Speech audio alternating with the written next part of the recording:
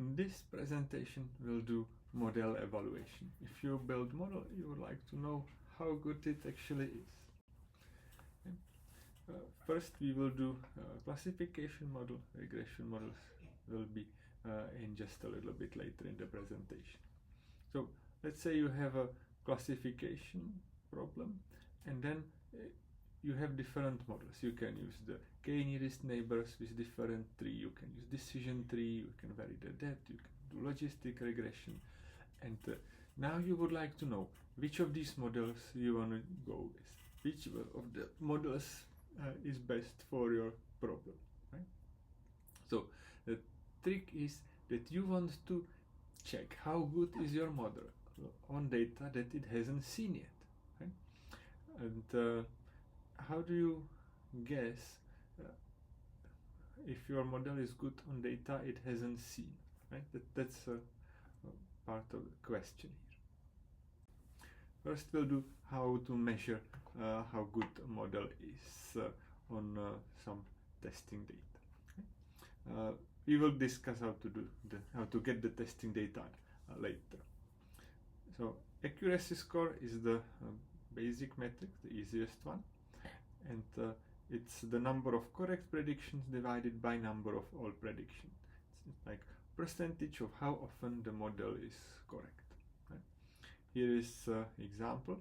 So let's say that you have several inputs. You have some testing data. You have what is it? 1, 2, 3, 4. Or you have about 10 numbers, right?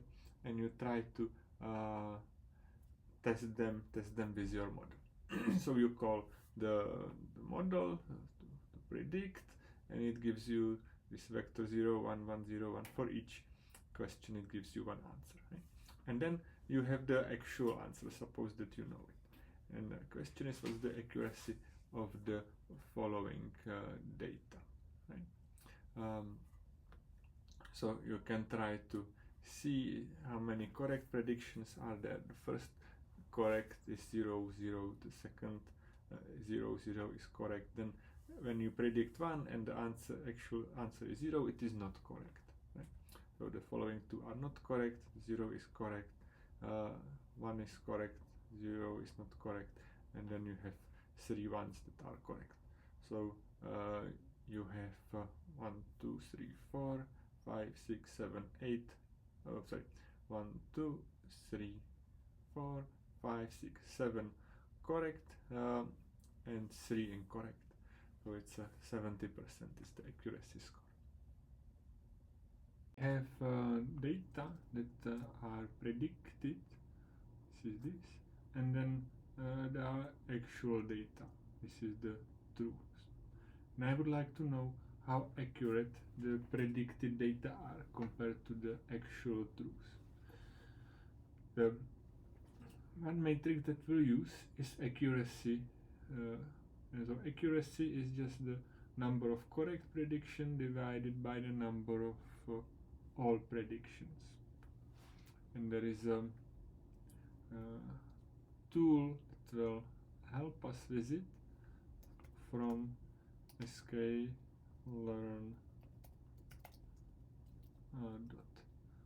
metrics import accuracy score. See, and then I call accuracy score of actual and predicted. Bam, 0.7. So it says 70% of the points were classified correctly. You can do the same thing if you really want to, by calculating what's the number of values that are the same. So one could do it, for example, like this. For predicted and actual in zip predicted actual. So maybe I can write here PA. I'll do slowly.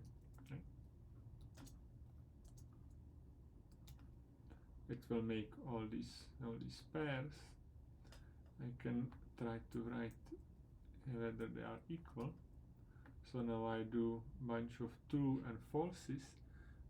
When it's true, it means they were equal. False is they were not equal. And you can calculate mean, and you get 0.7. So instead of writing things like this, it's still one line. You can call accuracy score actual predicted, and you will get the same number. Advantage of calling this is, first, it's much easier to read for the person who reads your code. So this same calculation,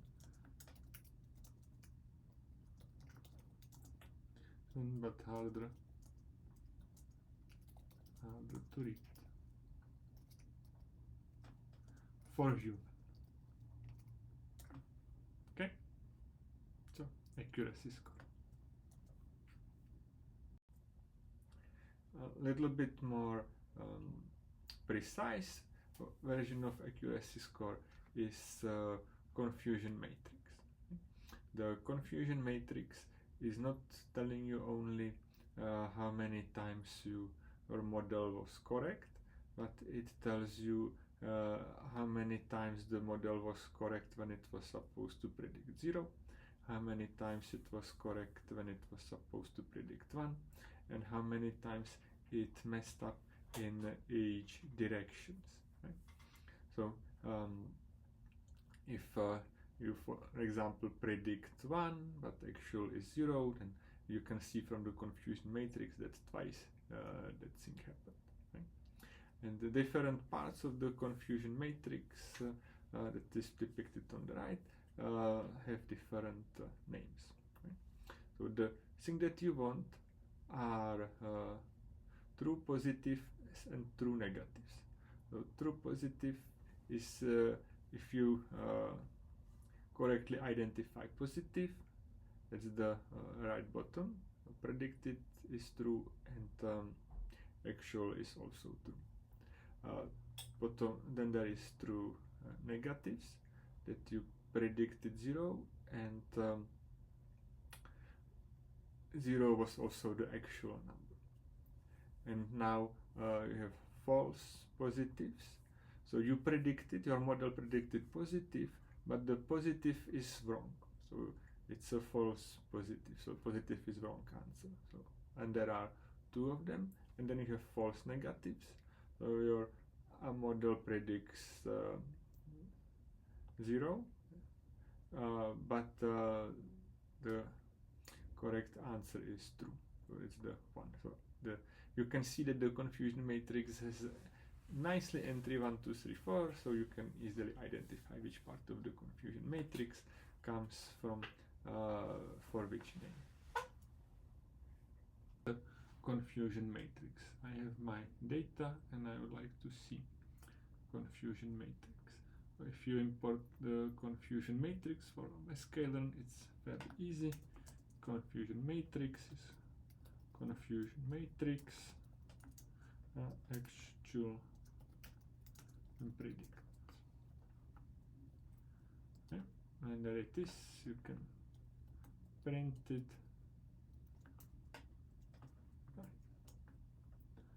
So here is a confusion matrix. Maybe it's not the nicest thing, so let's try to have a visual on it. One can do it with matplotlib and seaborn. I already imported plotlib and seaborn, so you have to do it yourself too. So I'll make it a figure that is a little bit bigger, 8.6, and then I put the confusion matrix in. I will do it with seaborn heatmap. I will put the data in. I would like to annotate it and format D. I will put there color map. Let's see, we'll have blue. Now I will say what is on the x coordinate labels. Strings 0, 1. What is 1? Y. The coordinate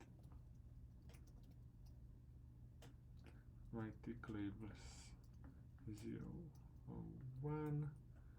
Messed up something here. Blues. Now let's see. That's the problem.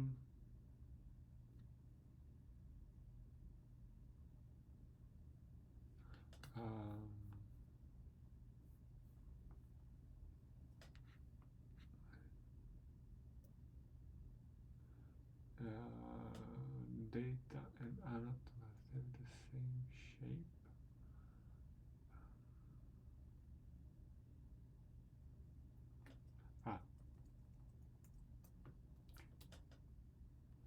Okay, now we have a little more closely synced looking like in the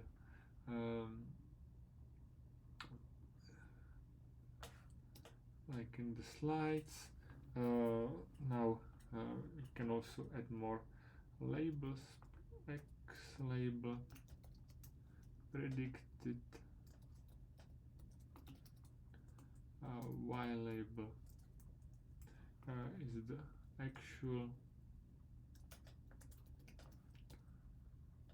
Oh, now you see actual value, predicted value. So you see I predicted 1 and actual was 1. I had 4 of them incorrectly, and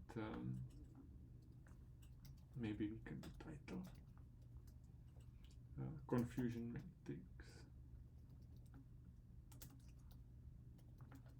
Maybe to show display the picture.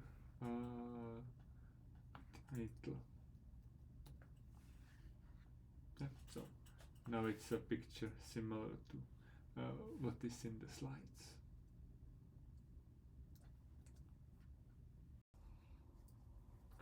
Sensitivity and specificity is something you can kind of read out from the confusion matrix. It helps you do it, and it is telling you how well are the negative and positive outcomes classified. Right? So let's see. So sensitivity is saying how well are the positive cases satisfied. So how many positive cases are there? So we have TP, true positives, and false negatives. Is this 4 plus 1? That's how well those are 5 actual true or 1 cases. And chances, the sensitivity is how many of them, what's the rate of them that you correctly classify as true. Right? So it would be 4 over 4 plus 1. That would be the true positivity rate. And then there is specificity, which is how well your negative actual data points are classified by the model. Right? And it's true negative, that's the number that you want high, divided by, and the number of negative outcomes is true negatives and false positives. Right? So the 3 plus 2. And you want both sensitivity and specificity to be high, and we are interested in both of the quantities because sometimes it's more critical that you correctly identify the positive cases. Sometimes it's much more critical that you identify correctly the negative cases. So it's sensitivity, how well you are classifying the true, and specificity, how well you are classifying the negative cases.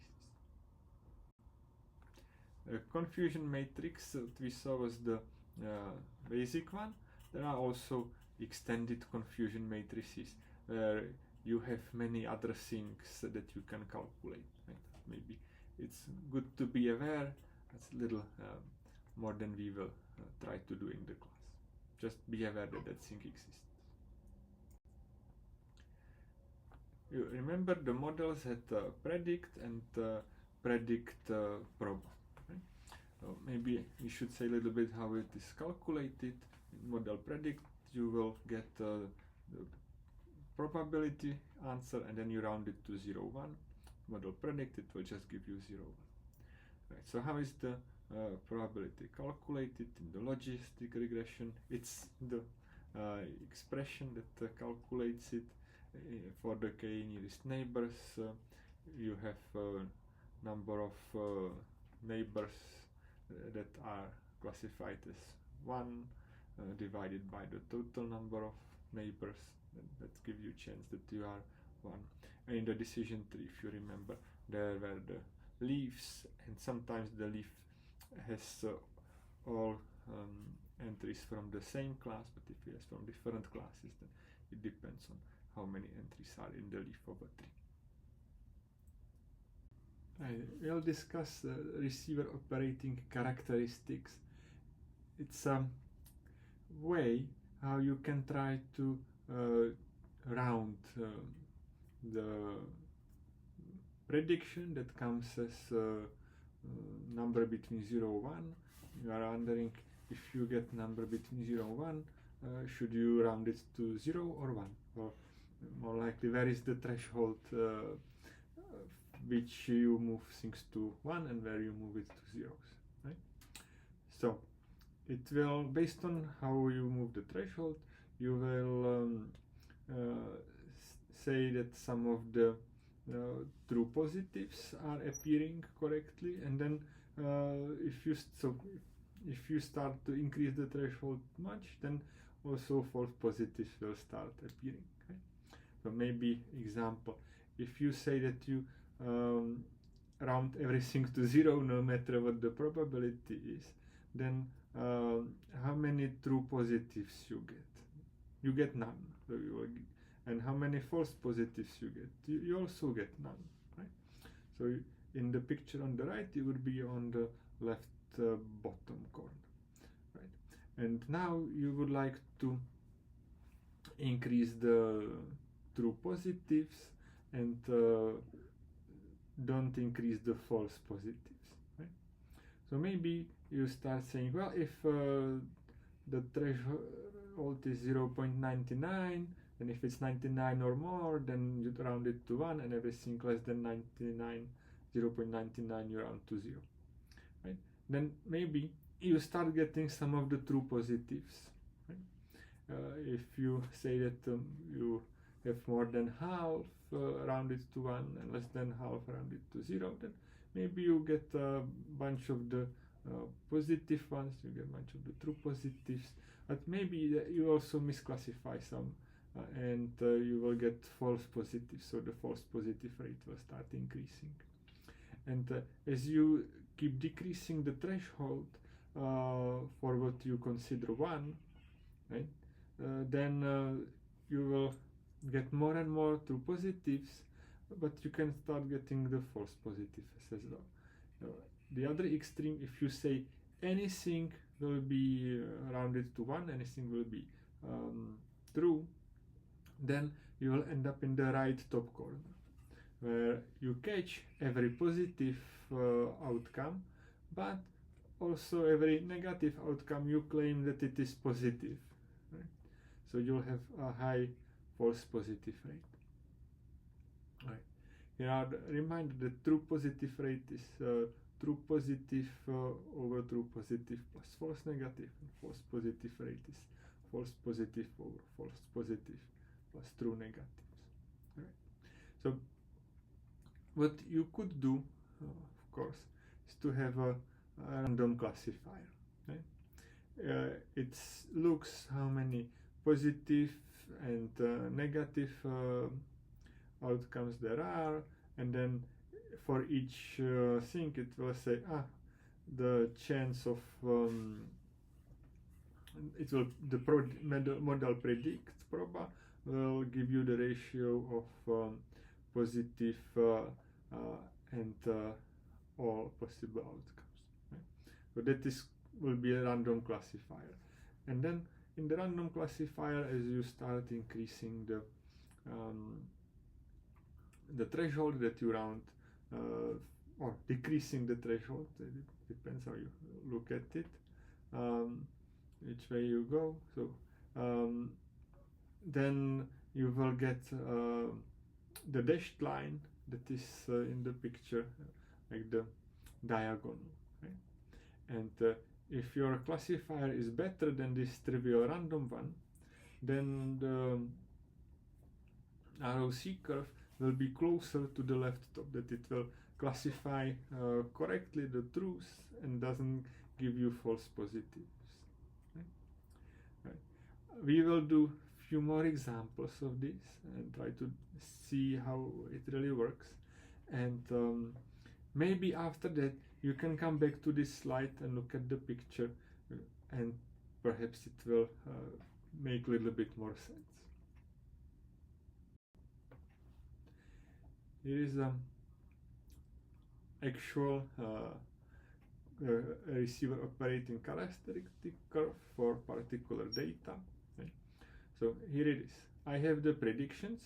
So I have several values, about 10 values, and for each of them I know the actual whether it is 0 or whether it is 1. Right? And I have some model that will give me predictions for each of the things that was 0 or 1. It gives me a number that it thinks it should be. Okay? For the zeros, it generally makes smaller number. For the ones, it typically makes bigger numbers, which we would think is a reasonable model. Right? Okay. So if you look on the right, there is the plot of the data. Each data point, each of these 10 data points is one column, or in this plot. Right? And you have the red axis showing what is the actual value. So we have the zeros first. The first 5 are zeros, and then you have the second 5, which are ones. These are the 5 stars on top. And then for each of these, you also have a picture of the predictions. Right? So the prediction are the blue points.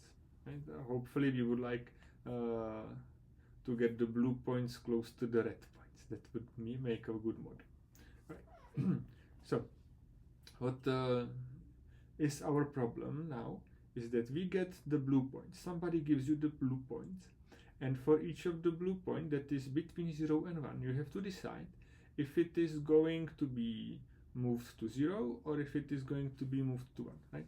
What is the truth, right? And it seems like that for the points that are very close to 1, it is easy to say, it should be 1. The points that are close to 0, it should be 0. The between, right? Maybe if you look at the point that corresponds to 4 and 3 and 7, they are maybe not quite great predictions, right? Because they are closer to the other value than was the one that is the true value. But anyway, the first thing one could do is say, okay, every point that is more than 1/2 will be rounded to 1, and that is less than 1/2 will be rounded to 0. Right?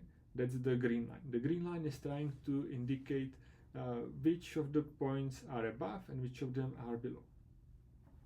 But nothing is saying that you should have this separation between what is going to be ones and what is going to be zeros, that it should be at 1/2.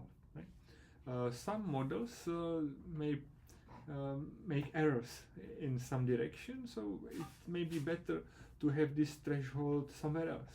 Right? All right. So if you have the threshold, if the green line would be at very top, if it would be at 1, then it means that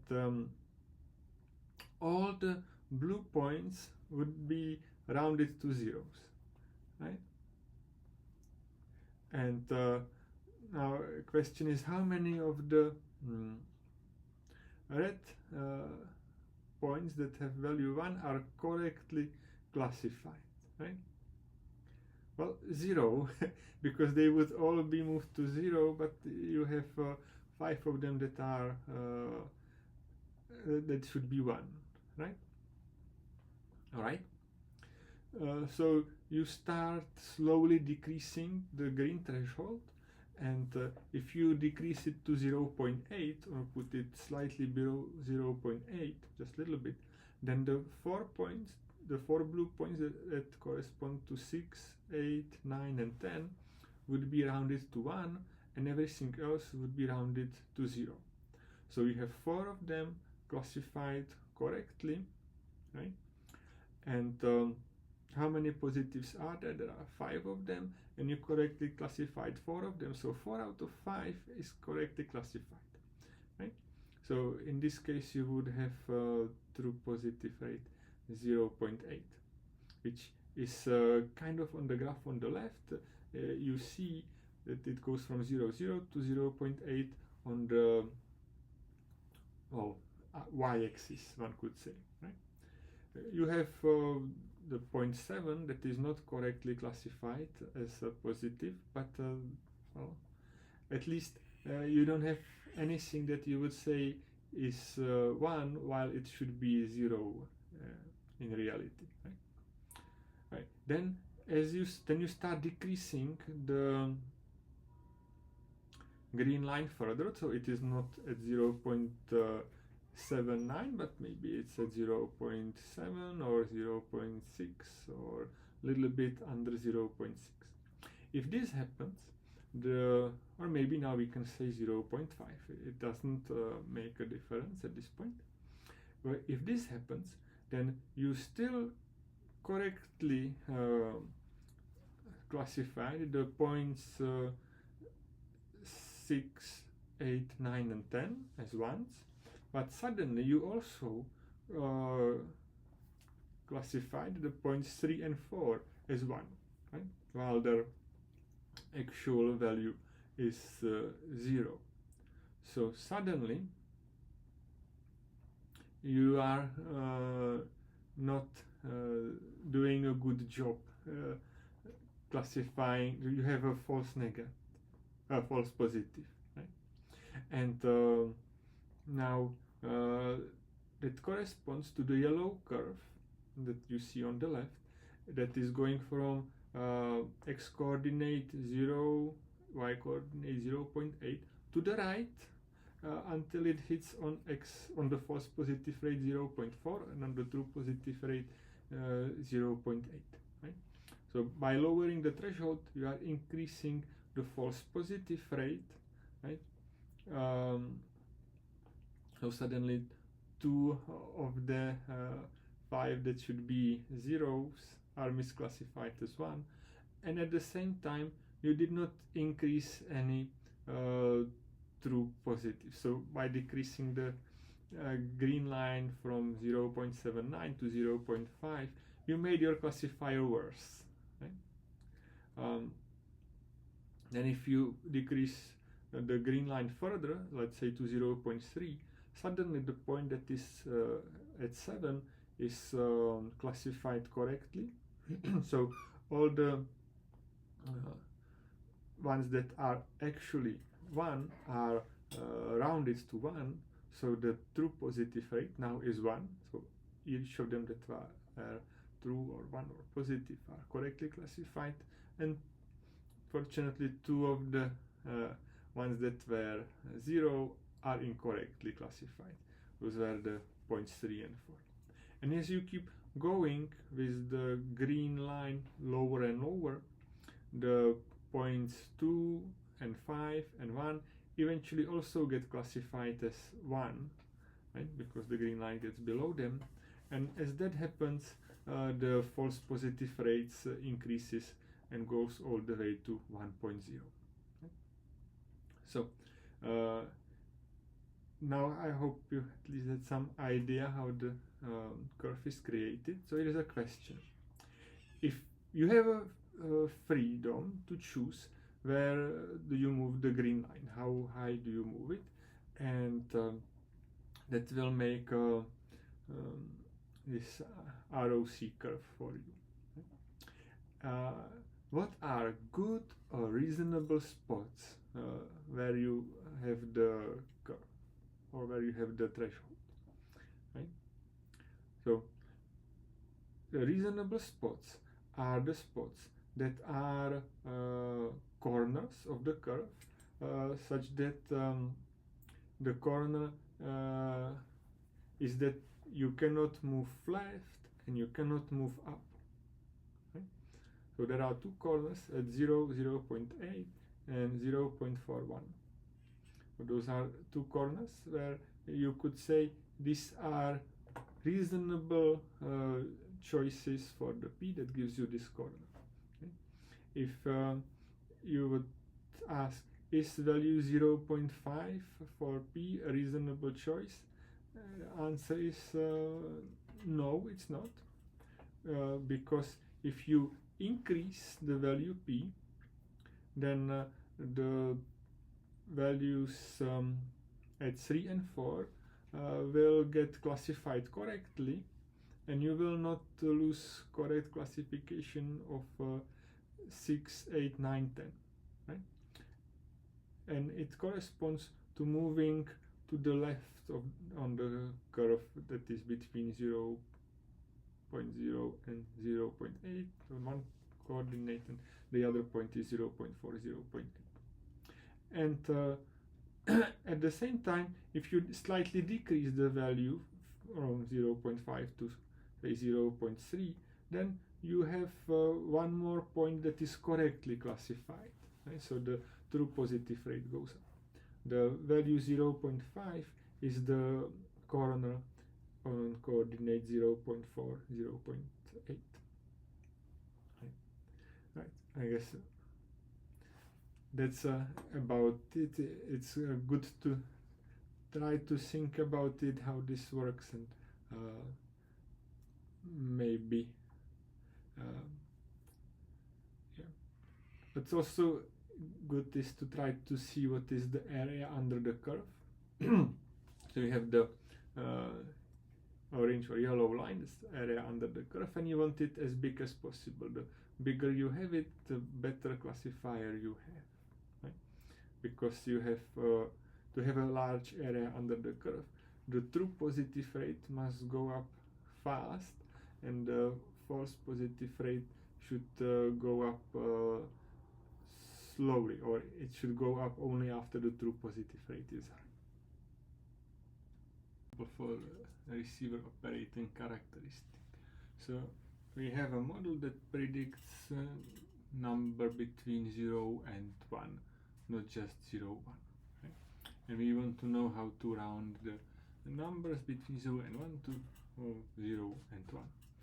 We pick some p between 0 and 1, and if number is at least p, it's rounded to 1. So first we will do just the example of a picture type. So here are predictions. These are the actual values, that is the true that we want to get. Right? So what I'll do here, I will plot the data. I plot it by creating index 1, 2, 3, 4, 5, 6, 7, 8, 9, 10, create a figure, and plot the predictions value and the actual value as a scatter plot. Right? So run it.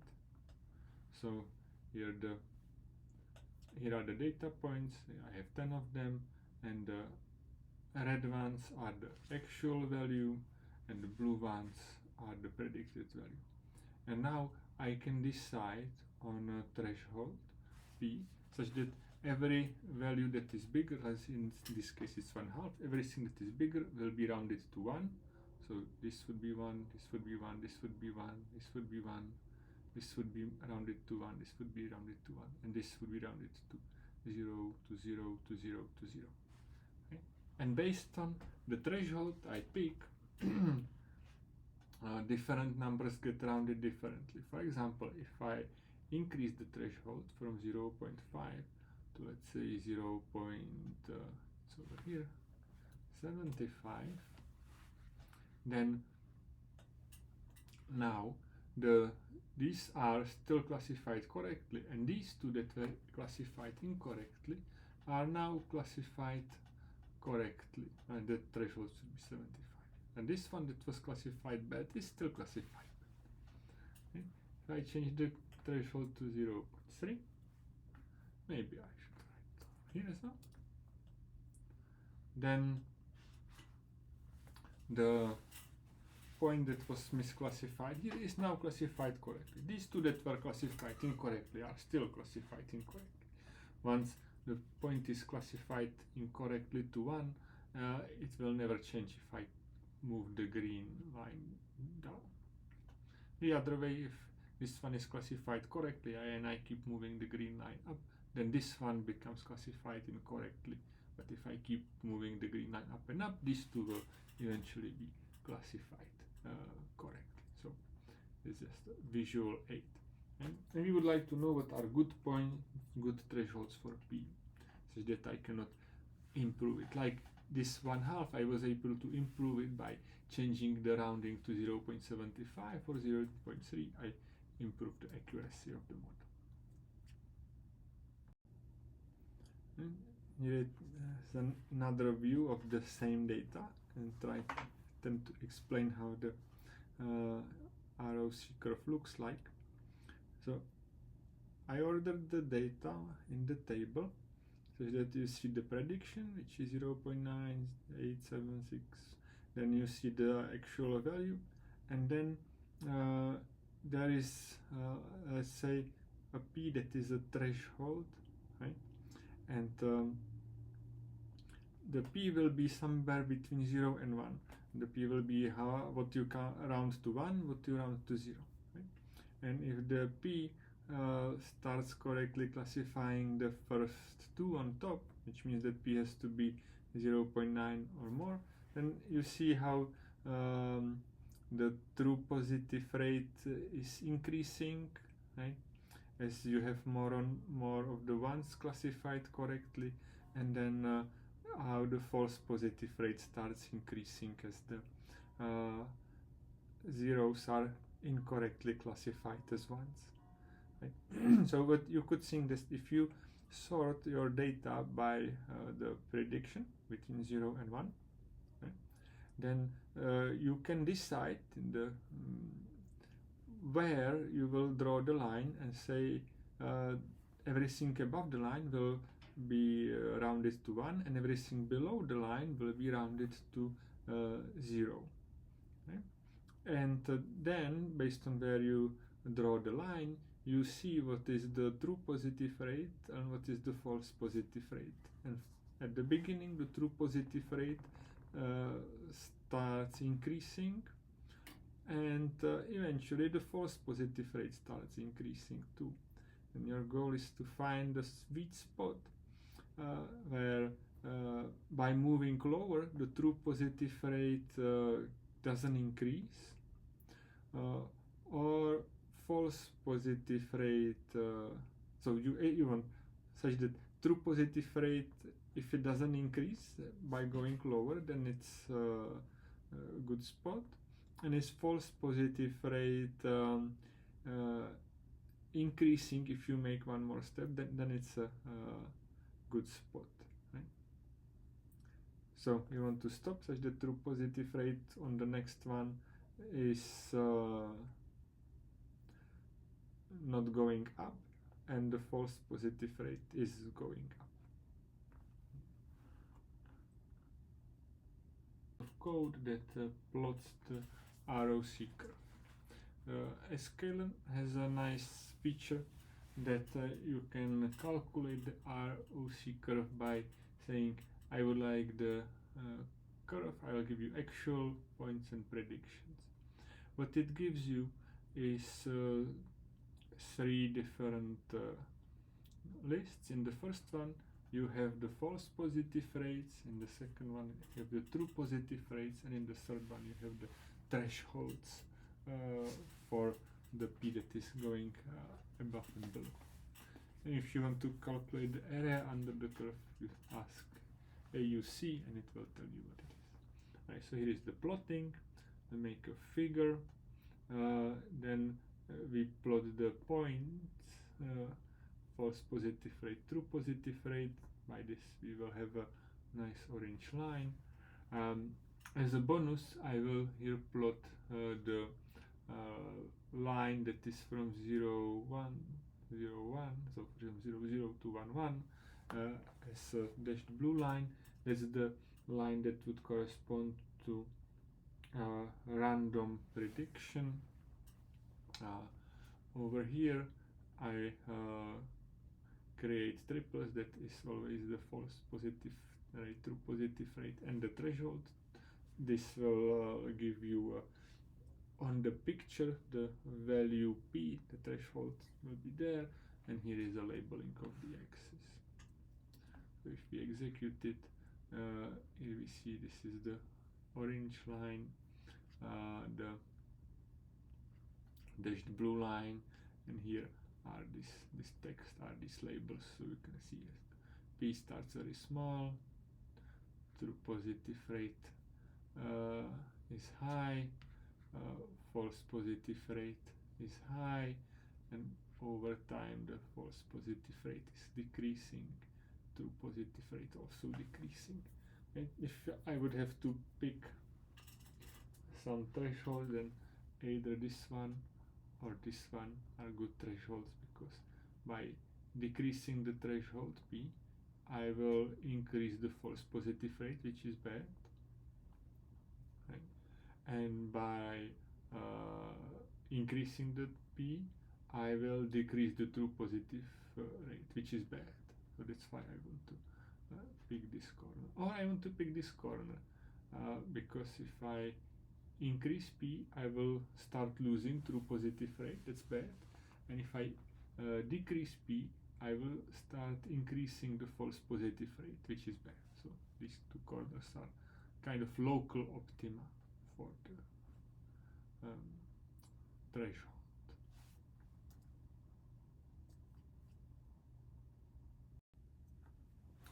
Is calculation again for two particular values of P, where you put the threshold, so you see it again.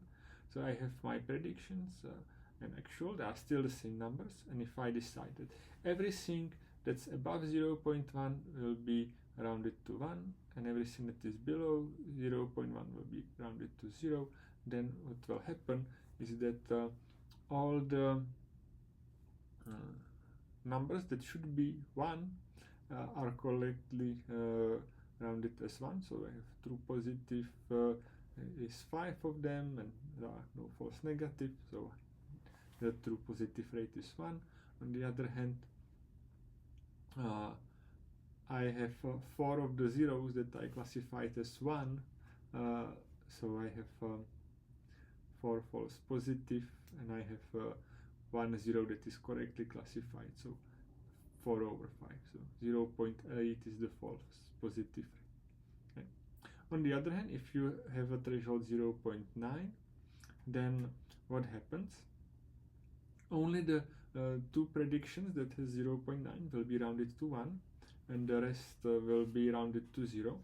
So the true positive rate, I have in total 5 numbers that should be 1, and I have correctly rounded for 2 of them, so 2 over 5, so it's 0.4. And how many zeros I rounded as 1? None, right? All the zeros are correctly identified as zeros, so the false positives, there are 0 of them, so false positive rate is 0. Here is yet another picture of the same curve for the same data. This time maybe there is included what the P is for each point, so maybe it will be easier to read.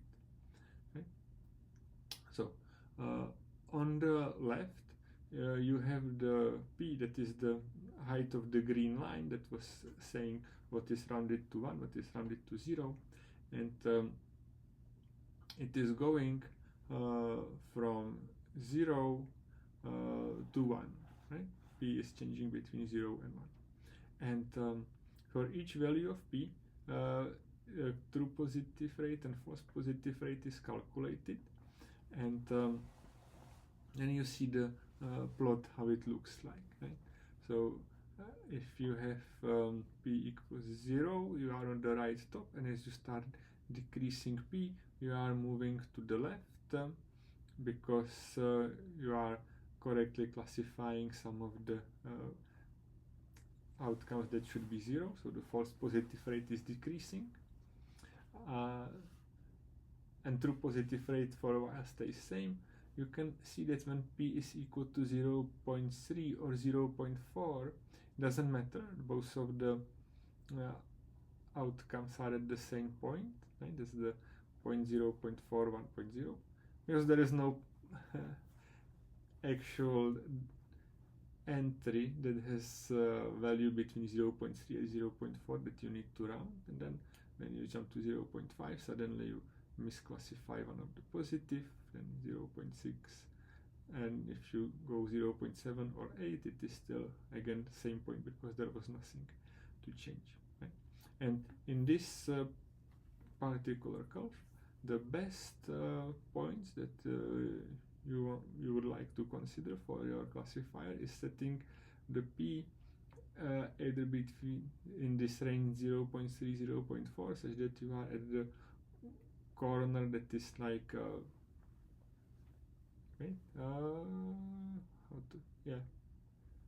up, and it's mirrored everything. Yeah, well, I cannot do it, so this is the corner. Anyway, oh, maybe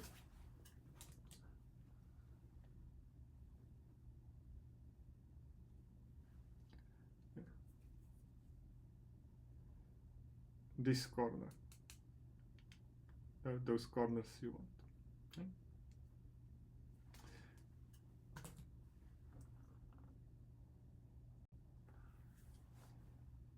This data that we had was pretty good, but maybe it's not always great, right? What we were looking at was accuracy, which is what percentage of the cases are correctly classified. Right? Here is example. So suppose that your job is to look at pictures from roads in Canada and identify if there is a moose on the road. Right? This is application, for example, if the car is driving along, you want to detect there is a moose on the car, and if there is a moose, maybe the car wants to hit the brakes. Right? Hitting a moose is not as fun. So how do you do it, right? How do you test if the model is good? Here, little problem is that most of the time you do not see any moose. So if your model says zero means there is no moose, right? Then the model will be correct most of the time.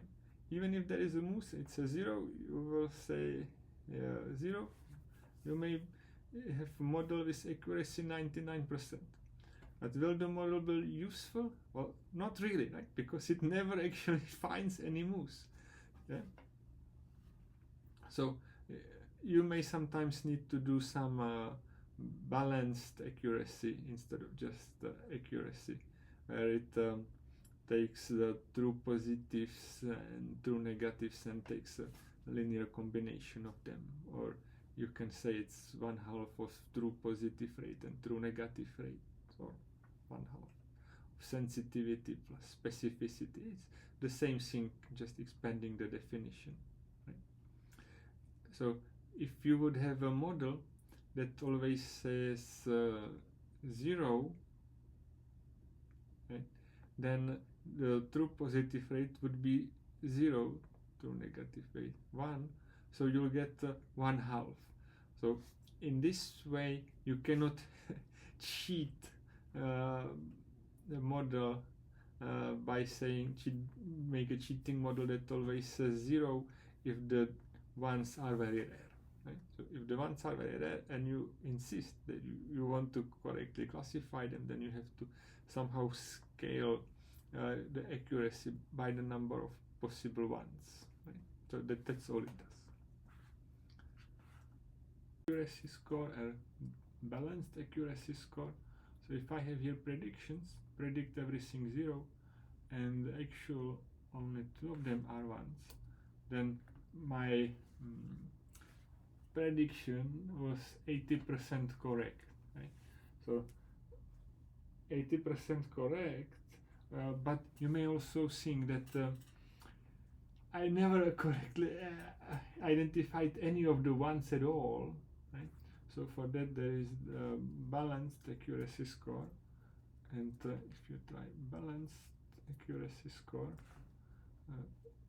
then the score is not 80% but now 50%. Means that the zeros were classified all fine, but none of the ones were classified correctly. Now I'll try to talk about evaluating regression models. So instead of predicting 0-1 category, you want to predict a number. We had a linear regression, and then there is also some version of k-nearest neighbors that can also do regression. We are including it because during the projects we found out that people just look at a scalar and say what are all the models and use all of them without having idea what the models are doing. So maybe better if we talk about the models.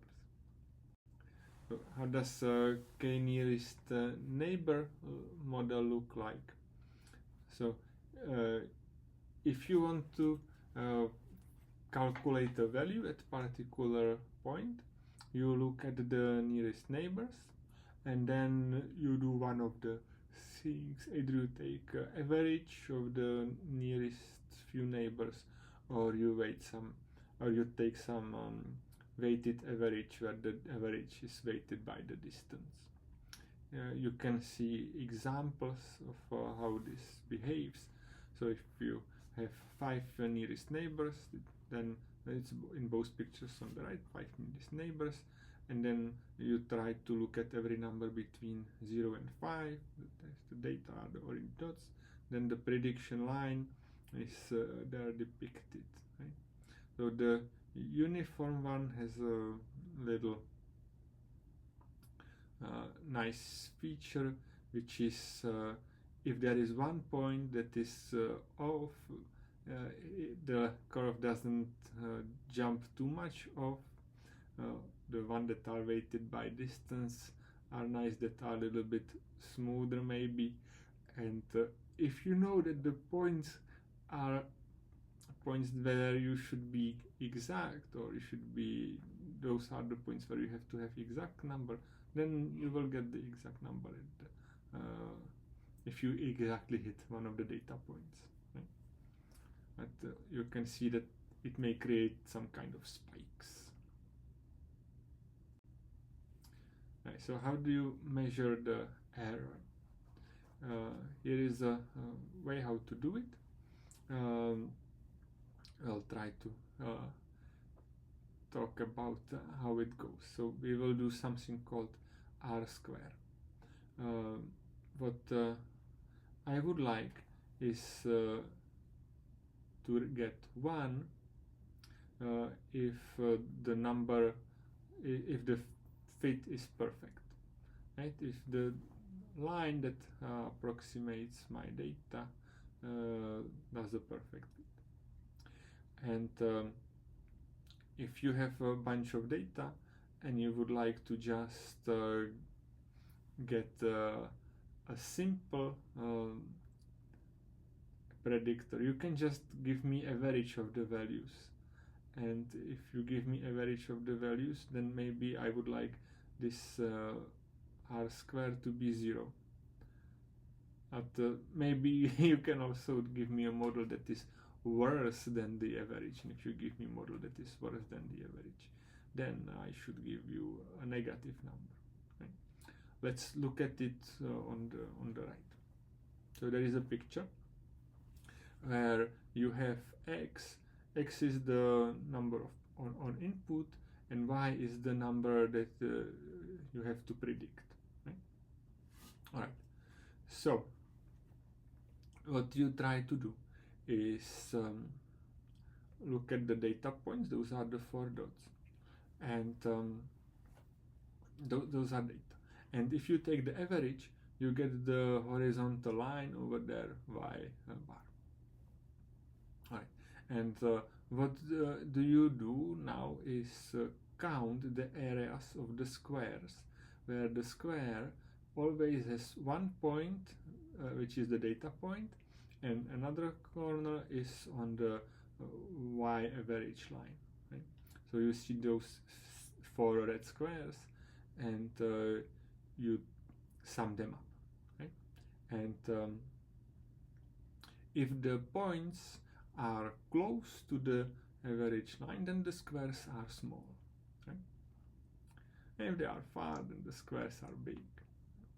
And the sum of areas of these squares will tell you how far the line is from these data points. Right?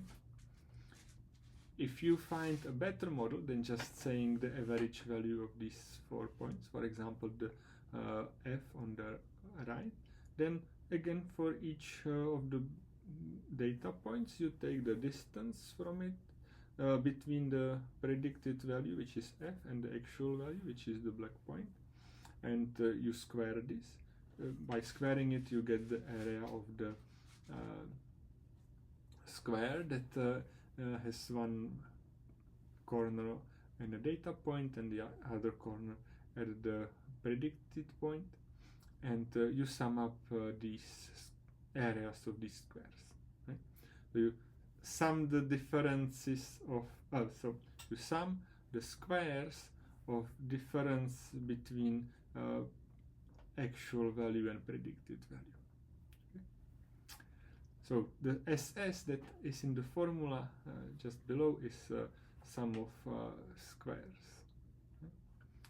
So what the formula actually does is says you take sum of squares, the SS rest, the blue one, it's the thing that you get from your model, and then you have the red sum of squares, which is the sum of squares total of the average.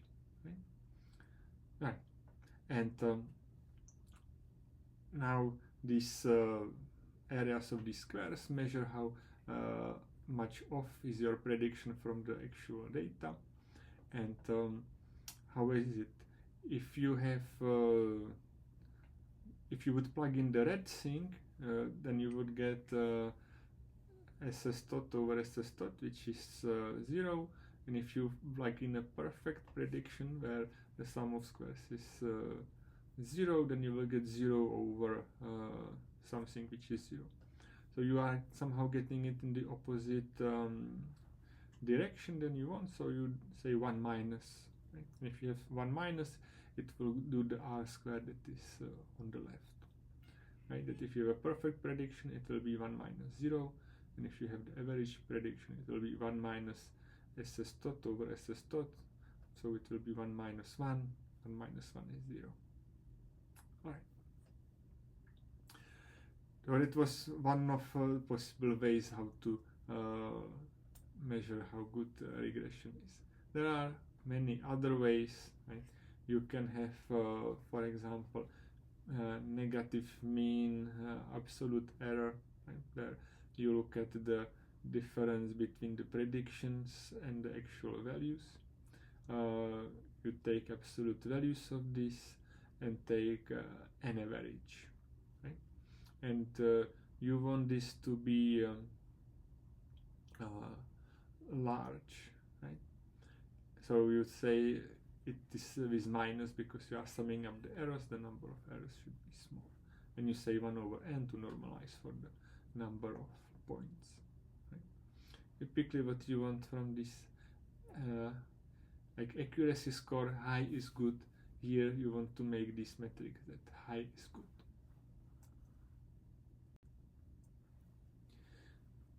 we come to the problem of where to get data for evaluation. Right? You train the model on something, and question is how to evaluate it. Where to find data to test the model. What you would really like to do is test your model on data that was not used to train the model. Right? If you train model on some data and then you test it on the same data, it may happen that you overfit the model. Right? We'll see in pictures what it happens when you overfit the model. This is the first attempt of how to make a model evaluation. Right? We load the data and then we create a model, and what you can do is you can take the data you have and try to predict the data you have. Right? The advantage is that you are testing your model on all the data you have, and then you are training it on all the data you have. Disadvantage is that you have no idea how your model works on things that it has not seen. Right? So perhaps this is not great for seeing what happens in new data, how it would behave in real world later. Here's example of what the problem may be if you test only on the data that you have for training. Right? So here is example where I have a true function. That's the orange one, right? And I try to sample it. The samples come with some error, right? I'm not able to sample the truth, so I have the points that are a little bit around. The orange function looks like a polynomial function, perhaps. Right? So what I try to do is try to fit a polynomial through the blue points. My thing that I can use as a parameter to tune is the degree of the polynomial. So is the polynomial linear, or is it quadratic, cubic, or what's the correct degree of the polynomial? Right? In the pictures you can see that if you have the degree that is too small, this is the degree 1, then you are approximating by a line, and what can happen is that the line just doesn't have enough freedom to try to get the wiggles of the true function. If you increase the degree, and maybe you get to degree 4, then you will get function, the blue model, is very close to the true function, and perhaps life is pretty good. Right? You can see the MSE, the error, how it's they have decreased the e to the minus 0.2 is saying it's much better. But now if you keep increasing the degree of the polynomial, so what happens is that the blue model is getting better and better at fitting exactly the blue points. Right? So you can see at the beginning of the curve on the left, it touches 1, 2, 3, 4, 5, all 5 points. It goes almost exactly through them. Right? While the degree 4, if you look at the first 5 points, it like goes through the first almost, the 5th one, but the 3 between, it doesn't really go through them. They are a little bit off. So it is very good at hitting the points, but in between the points it may be way off the true function, right?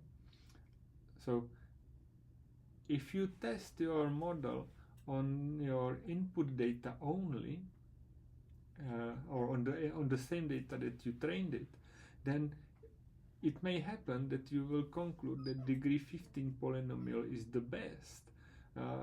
But if you would put in few more samples from the true function, perhaps in the space where it is missing the data, right, where you have the big ups and downs from the true function, you would find out that the degree 15 is not as good as you thought.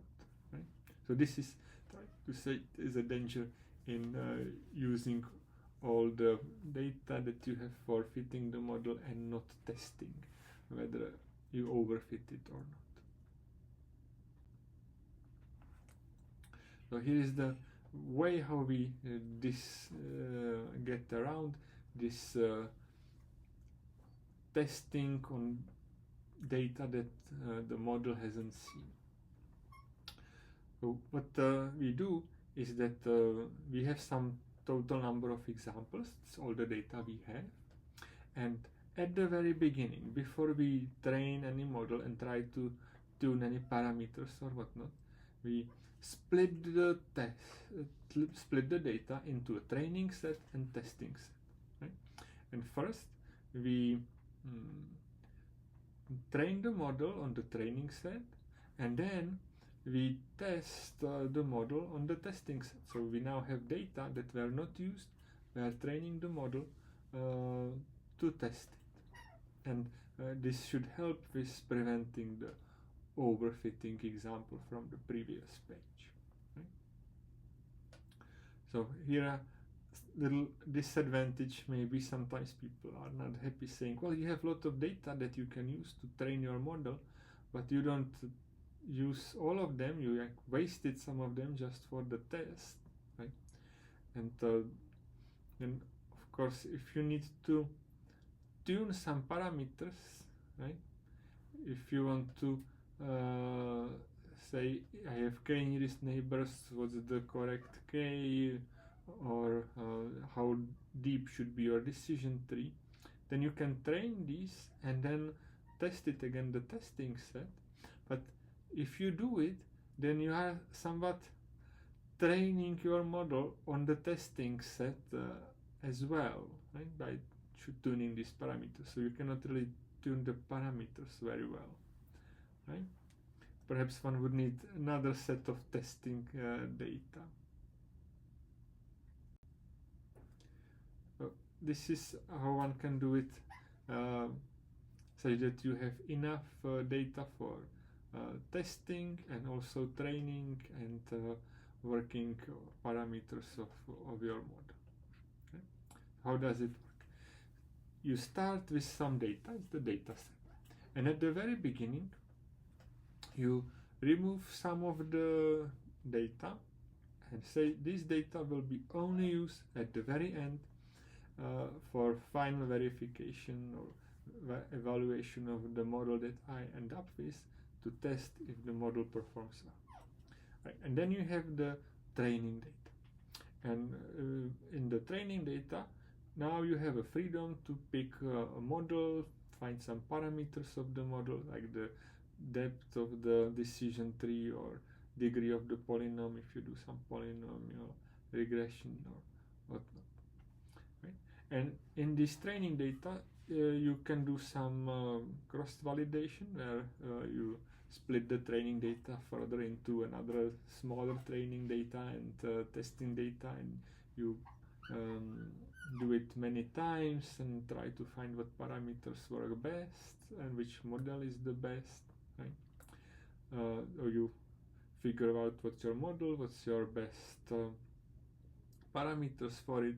Then you take this whole training data and retrain your model on all the training data, and now you have your model fixed, and you say, alright, I have my model fixed and I will do one last test.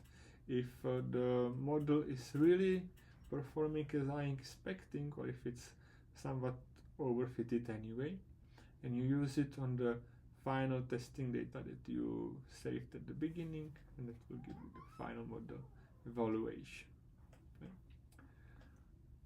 Right, so we also have to talk about the cross-validation. We'll do it too.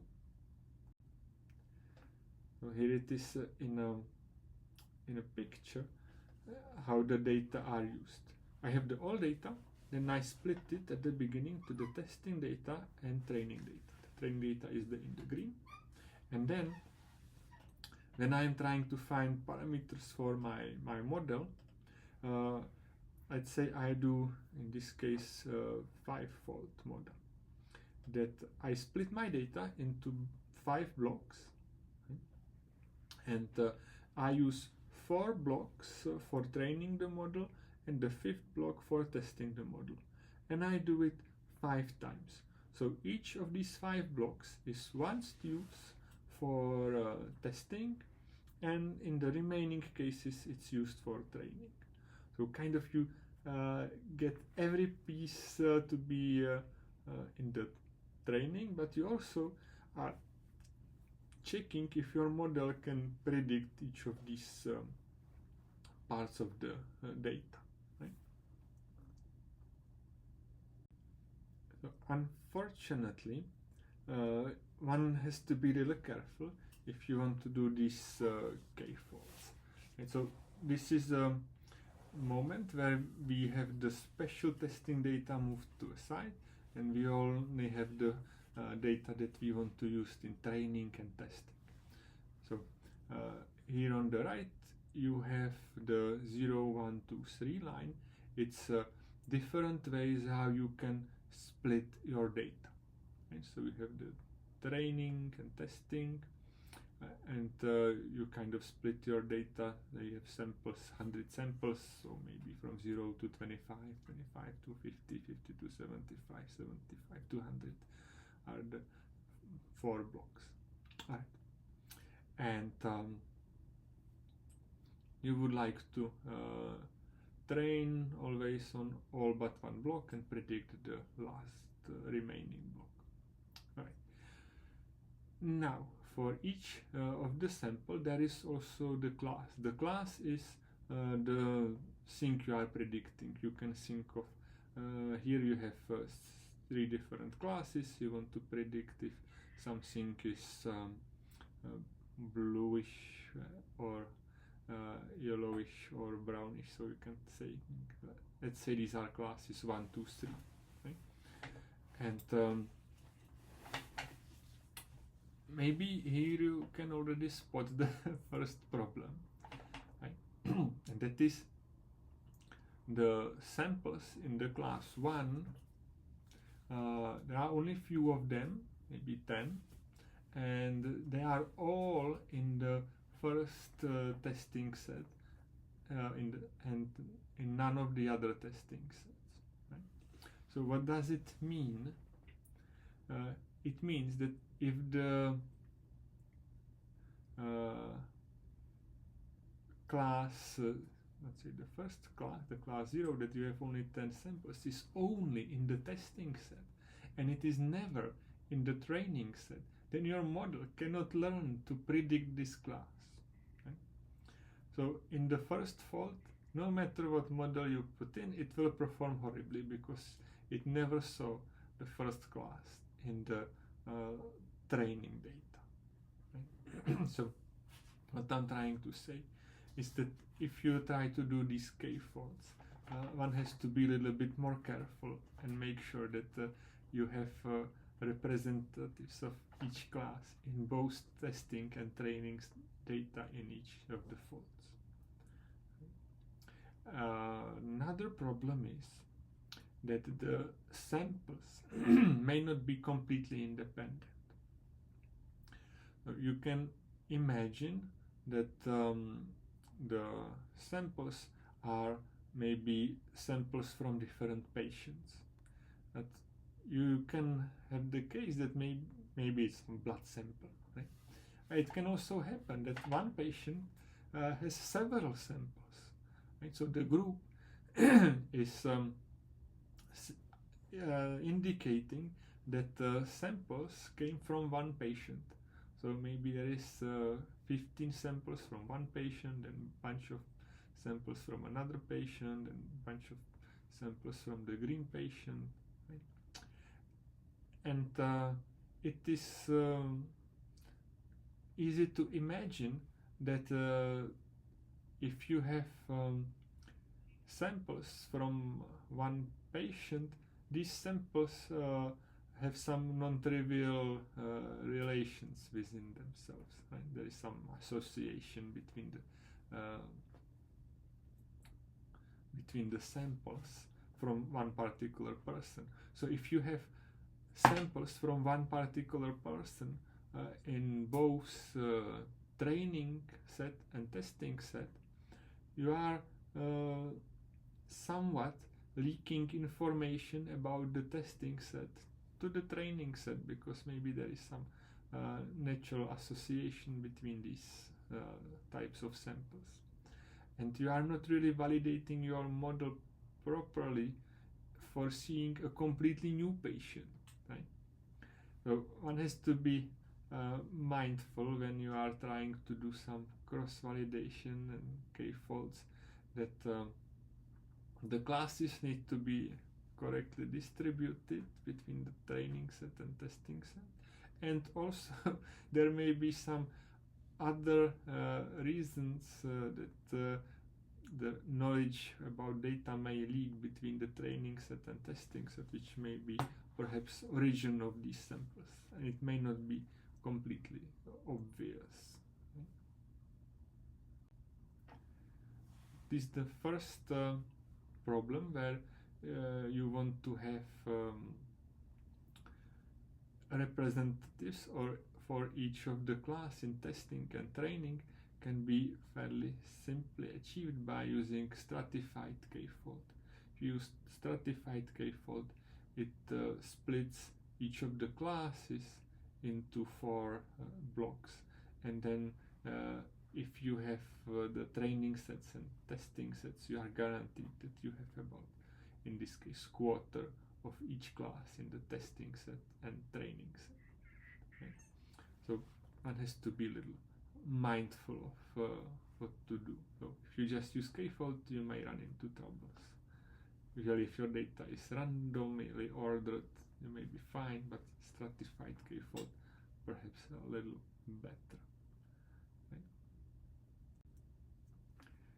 Doing the k-fold and trying to relearn the model on each fold and evaluating it is a little bit annoying, perhaps. So what you can do is call a function cross-val score, and the cross-val score will do all this for you. Yeah? You say, I would like logistic regression as a model. You prepare X, you prepare Y, and you ask cross-val score, and it will do the stratified k-folds nicely, and will give you accuracy scores or whichever scores you like, and you don't have to do the for loops yourself. It's very, very convenient. We'll try to do example with banknotes. We put all these things together. Overview of a small project on fake banknotes. So suppose you have 4 banknotes and you want to decide if they are fake or not. So what you can do is get a lot of data about banknotes, where you can gather variance, skewness, kurtosis, entropy, and class. And class is either authentic or inauthentic. Right? And these are some things you can measure on each banknote. So you have a bunch of these features. There is some place that you can download it, and the data set looks a little bit like this. And there is about almost 1400 entries. Alright, so the first thing you may want to do if you have a data set is try to visualize it. So Seaborn will do a great job and make a lot of pictures, and here it is trying to color codes, which of them are authentic and which of them are not. So here in the purple you see that blue ones are the authentic, the orange ones are not. Right, so you can kind of see that maybe there are some clusters of blue and orange that are closer to each other. Maybe here it's not obvious. Here they look a little bit more separated, so maybe there is a good chance that you can somewhat distinguish authentic and inauthentic backgrounds. Right. So we will try to train some models. Before we do that, we need to split the data set. So we split it such that we have the X that we use for training, and we have the Y that is the thing we are trying to predict, in this case class, right? And here is the data frame with 4 entries that we don't know. We would like to know if banknotes with these parameters are authentic or not, right? So what is now the thing, one has to pick the right model. Oh, can fix it on the fly.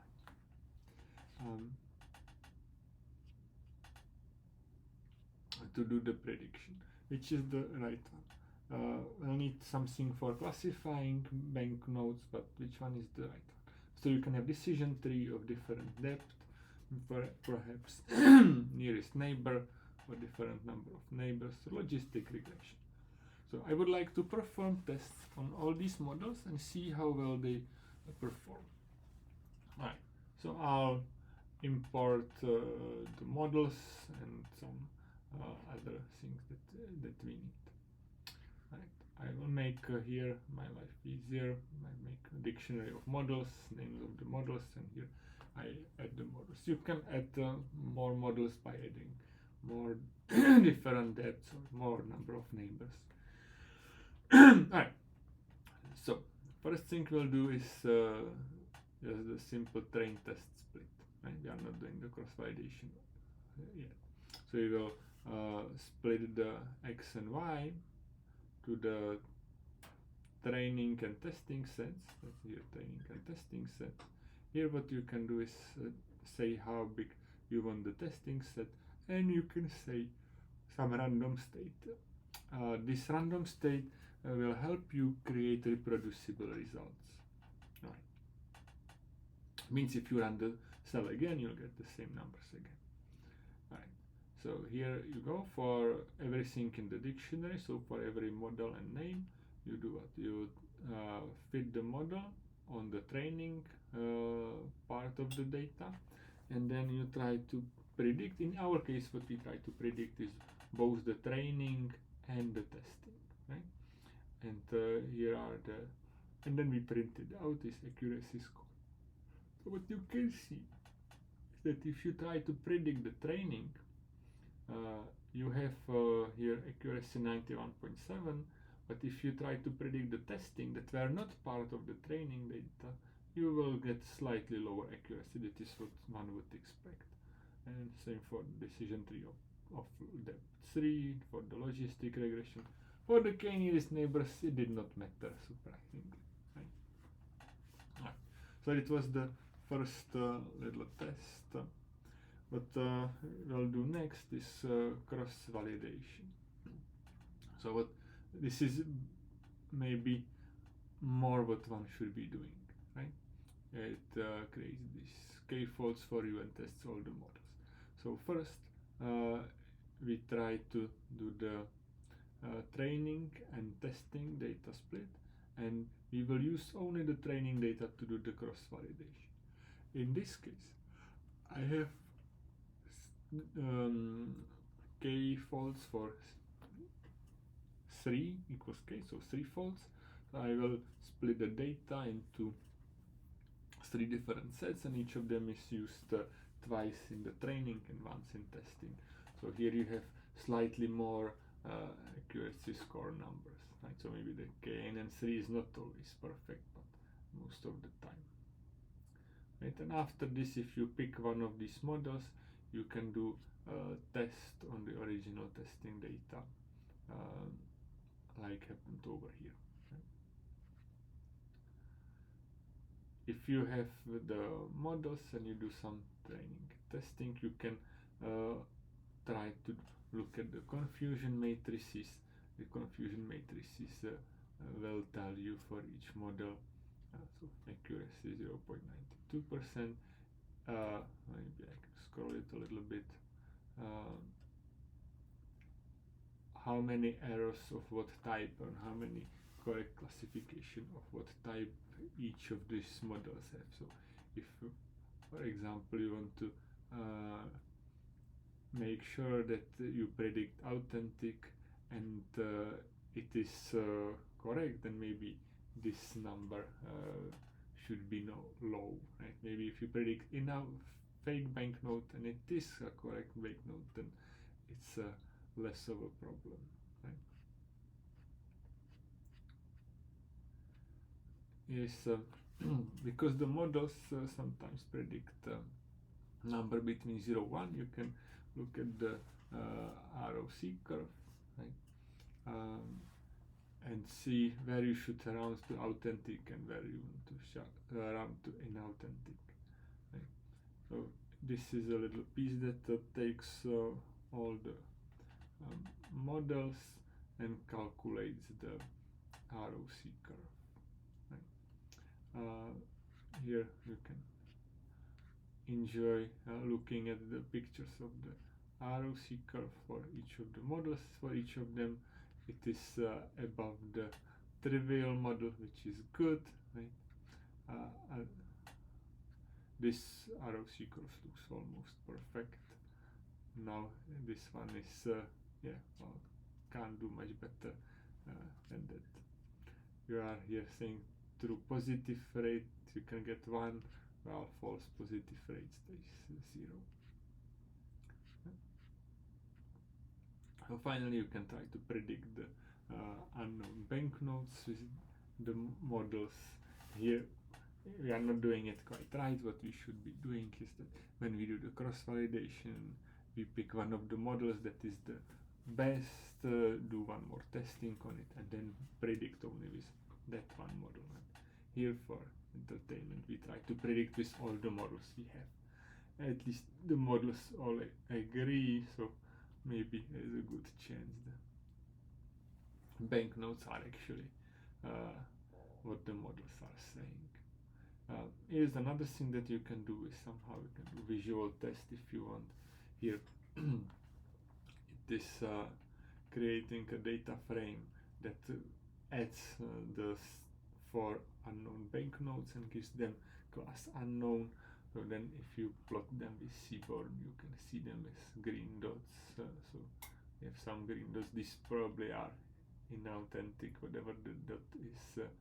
One doesn't have to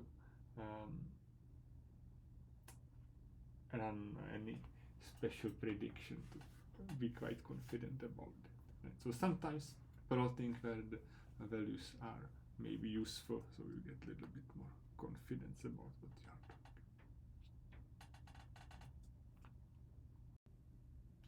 doing. The favorite stat quest, you can learn about confusion matrix, ROC curves, and cross validations.